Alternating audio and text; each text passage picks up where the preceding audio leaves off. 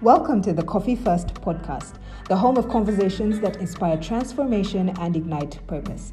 I am your host, Che Macheli. Let's dive in. From helping world changers bloom and make a meaningful impact on the world to spitting bars that will grow your faith in God and inspire you to live a purposeful life. He is a man who wears many hats but prefers to be known as a kingdom messenger. My guest on the Coffee First podcast today is ISAAC TENDO. Welcome to the show, ISAAC. Thank you for having me. Now, ISAAC, before we start, we usually do a really simple vibe check, just to get to know who we've got on the table.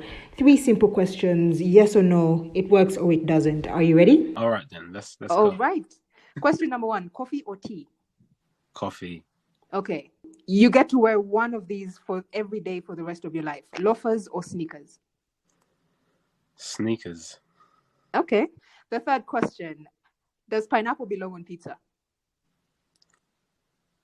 Oh, I don't mind them. No gray areas.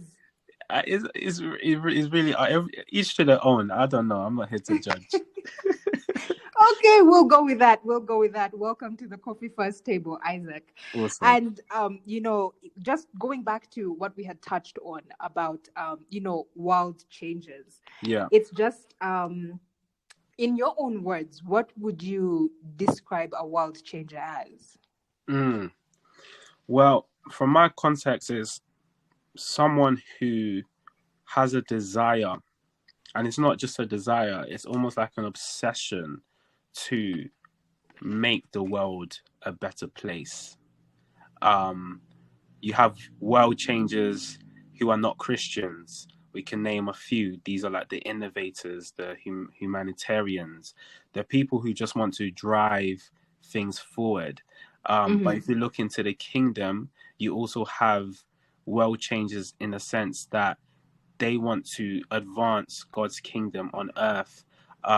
One, obviously by winning souls for the kingdom, but more than that, seeing God's kingdom expressed on earth in the realm of solutions. So in essence, a world changer is someone who just wants to change the world, but for a Christian is someone who wants to change the world for the glory of God. Wow. Okay, that's deep. So what I'm hearing is it's bringing us to people who are driven to fulfilling purpose here on earth. Yeah. And expressly, I think you're the best person who can answer this for me. And it's a question that I've been asked and a question that I also tend to ask.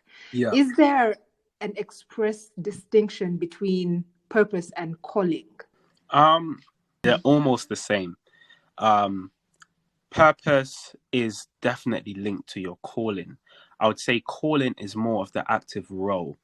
Calling is almost like the awakening of you to your purpose. When you feel that desire, oh my days, like you're discovering more about yourself. You're realizing this is what I am called to. This is what moves me and makes me alive. And in that, you begin to find your purpose. Sometimes it's hard to realize you're in purpose while you're in the present moment. Sometimes it's just more like you see it more when you're looking back and realizing, whoa, that was like definitely me and my purpose. But while you're in it, it would just feel like a compelling, a driving. I hope that makes sense. Yeah, it actually does. It does. It brings a few things into perspective. But let's just jump into one of the key reasons as to why I invited you here on the Coffee First podcast. I was very intrigued. I think it was last week, a couple of days ago, you were on an Instagram live with Apostle James Allo. Shout out to Apostle James. I'm a very huge, I'm a backbencher in the Light London Church. So extreme. I'm a long distance member. Yeah. So shout out to Light London and everybody who's a part of it. And you were on an Instagram live talking about manhood, marriage, and money. And there was a lot of insights that were shared concerning, can I say, an express lack of fatherly figures or fatherly presence in our community today. And that Yeah. is why we see very high rates of suicide, of addiction, of crime in our society today being committed by men. And I do know that so many times it's very easy to say that a woman has daddy issues, saying that she had an absent father figure. But during that live, you were talking about and sharing experiences of, not having that template present in your life. Yeah. And I was just hoping that we could just jump into that a little more. Could you just share how that affected you significantly, whether it was growing up or even as an adult right now? Yeah. So just to give more clarity, I grew up with my father present, but I do not think he was as active emotionally and maybe psychologically in the way that I needed. I honor him because he provided and done, and some of my lowest points, he was there for me. So I honor him for that. But as an adolescent, I was angry because I just felt like my dad's always working. I'm trying to discover what manhood is. I have the templates I have are people who are on TV, society, what culture's teaching me. And Mm-hmm. so as a natural young man, you just follow after what you see and you think is a man. But it absolutely wasn't authentic to me. And it led me to many things, many mistakes, addiction.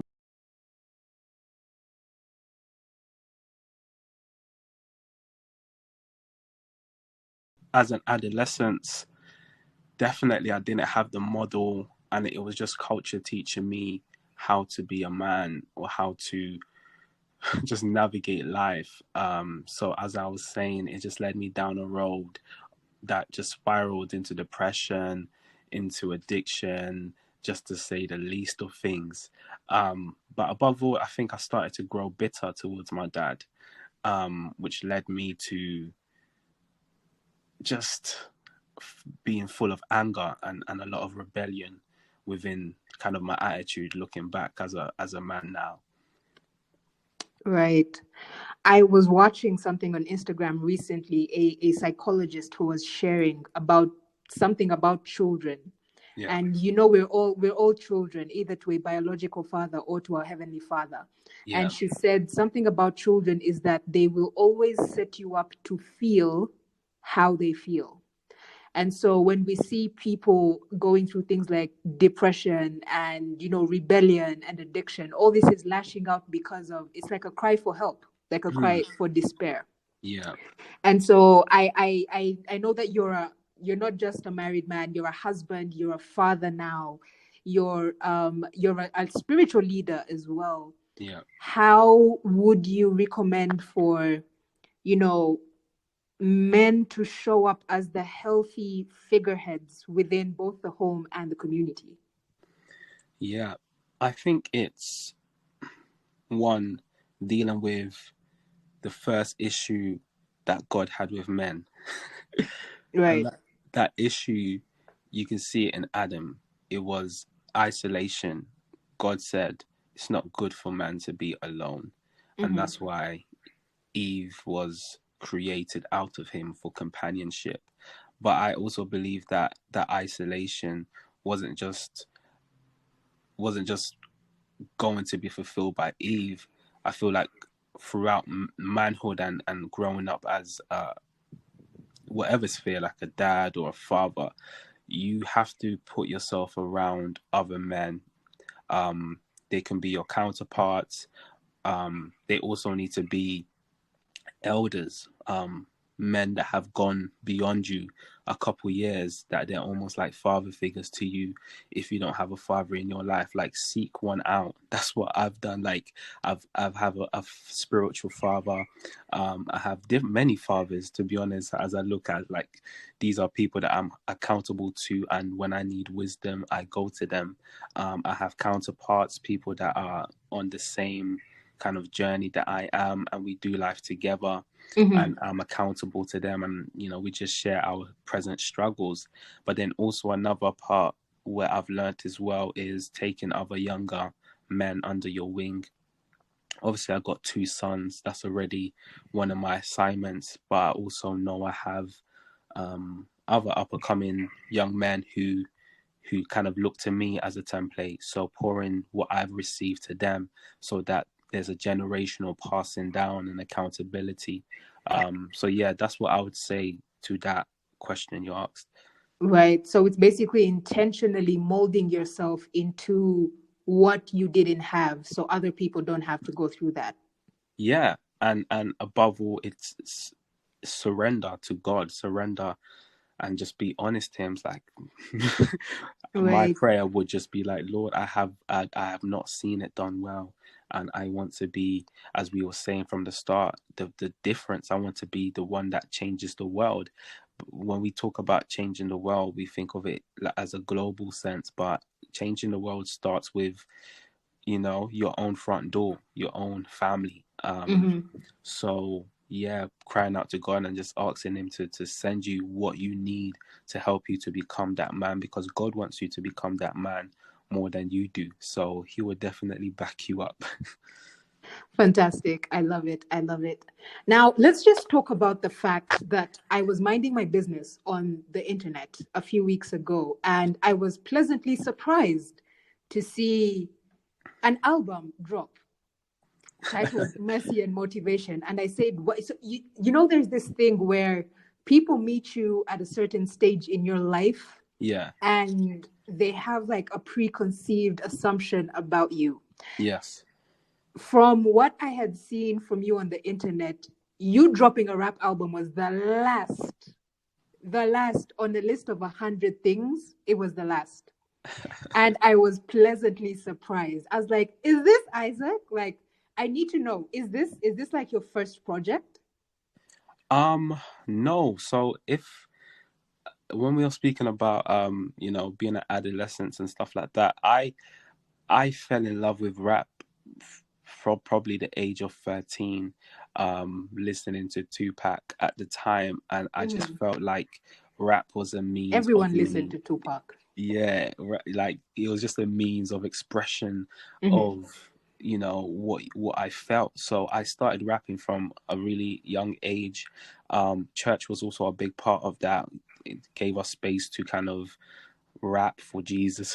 But at the Right. time, I wasn't saved. I knew about God, but I wasn't dedicated like that. So I just thought, people are not going to listen to my raps about God. So let me just make more like relatable, cultural songs. And at first, like my desire was to actually be a full blown rap artist and Is famous. that right? Absolutely. That was like, I even dropped out of uni because I told my dad I'm going to go and pursue music. Right. I eventually came back to uni. When I got saved, I realized that I do need to study.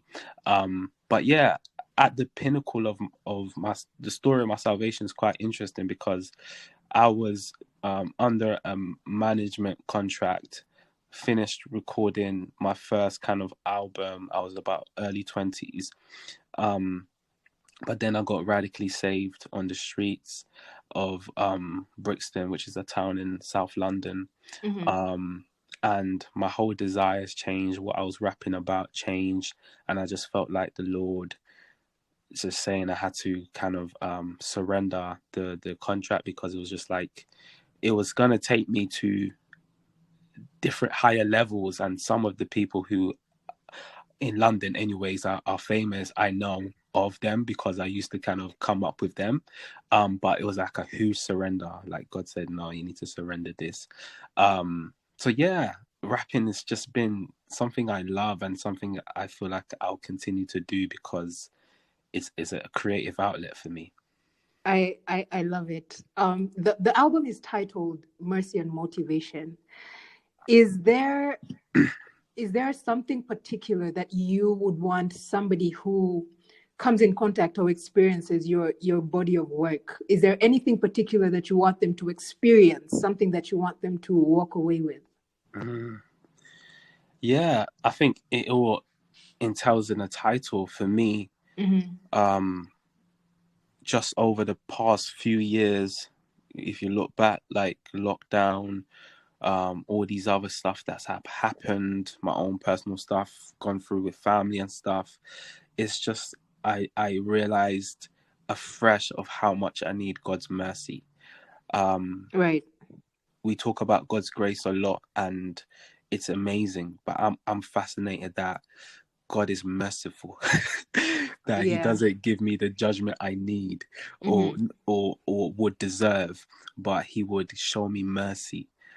It's just incredible, and I experience God's mercy. So through the songs, you'll see kind of like themes of God's mercy, but then the other side of it, because I don't want to leave people um just dependent or kind of like just on the mercy side of things, because the mercy is supposed to motivate us to change, to want to Right. elevate, to want to move forward, to want to make the difference, To live so for Him. to live for Him. So yeah, that's the kind of feeling I want people to take away from the project. Right. It is a lengthy piece of work. It's not one of those albums that we've in the recent years been cheated. Like artists are coming out and saying, I have an album and it's got 4 tracks. It's madness. But I have listened to a couple of songs off of Spotify. Yeah. And of course, the titles of the songs do speak into the title of the album. They're very motivational. I've listened to Standards, I've listened to Wins on Wins. And I just wanted to ask, is there a particular song that stood out for you? Like you listened to it and you're like, yeah, like Jesus, we snapped on this one. Wow. Everyone has a favorite. Every artist Yeah, has everyone a has a song. favorite. Yeah. You know what? Yeah, it for me, it's actually the last song Mm-hmm. called "Thank You." Right. It's not. It's written. I wrote. I wrote it, but it wasn't going to be on the project until one of my creative partners said, "Oh, you need a track that kind of rounds it up."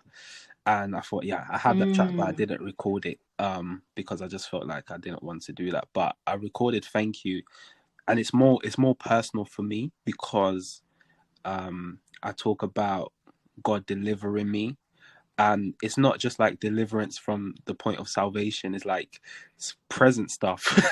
Like sometimes Right. we walk with God and we feel like we're okay, and then something happens and you realize that it's the grace of God, His mercy, that keeps you walking in righteousness, walking in holiness. So in it, I just thank God for delivering me, for making me free, from giving me another chance, many chances.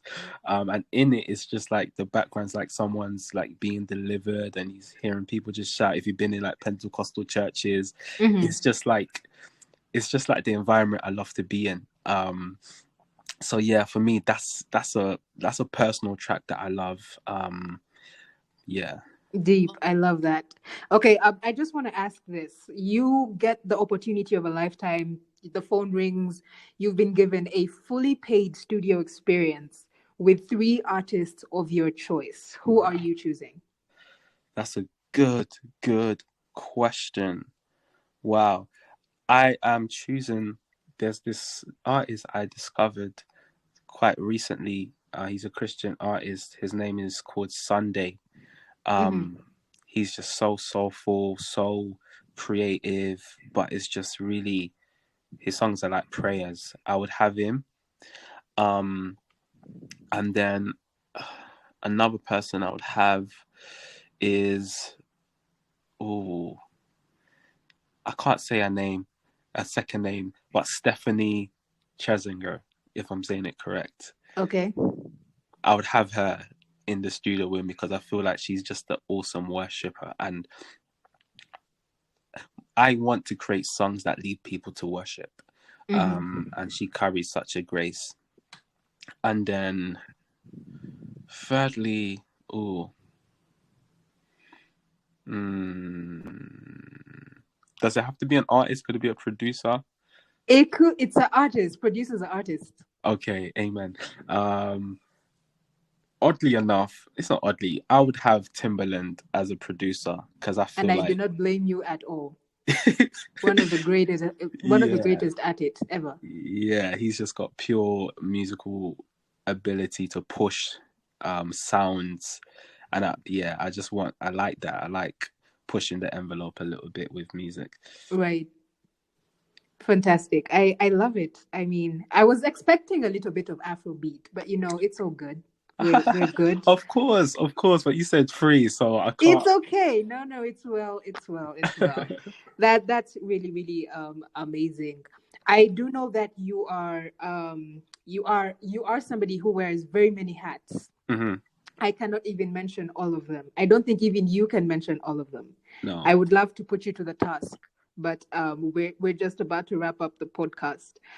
Could you just be kind enough to just share with whoever is listening, if they're just like to get in touch with your music, if they're just like to connect with you on social media, where is it that they can find you? Yeah, so you can find me on Instagram, ISAAC TENDO, Twitter, ISAAC TENDO. I post a little bit on Facebook also. And yeah, those are my I'm also on TikTok. Sorry, I forgot that. Right. But then, yeah, I'm very personable. Like, if you follow me and like you want to chat, just inbox me. And where we can find Mercy and Motivation as well. Yeah, and you can find Mercy and Motivation on all streaming platforms, Spotify, Apple Music, and other platforms as well. I'd be so glad for you to stream it. Tell me what you think. Right. I was saving this one for last. There's somebody who's listening to this podcast and is finding your last name very relatable. You have the most common last name in the Republic of Uganda. Would you just like to clear the air to let people know, are you from Uganda or are you not? I can't say I'm not, and I can't say I am. You can neither confirm nor deny. Yeah, I can confirm or deny. Okay. I think, yeah, I really need to explore how I came or how my family has come into that name. But I do believe that I may have roots in Uganda. So if the community wants to accept me, I am more than happy because I love Ugandans. Right. We love it. We'll be sending you a Rolex. I hope you've heard of a Rolex. Yeah, chapati with some eggs and some fried vegetables. I love it. It's like our national street food delicacy. We're actually advocating to have it put on the national flag instead of the crested crane.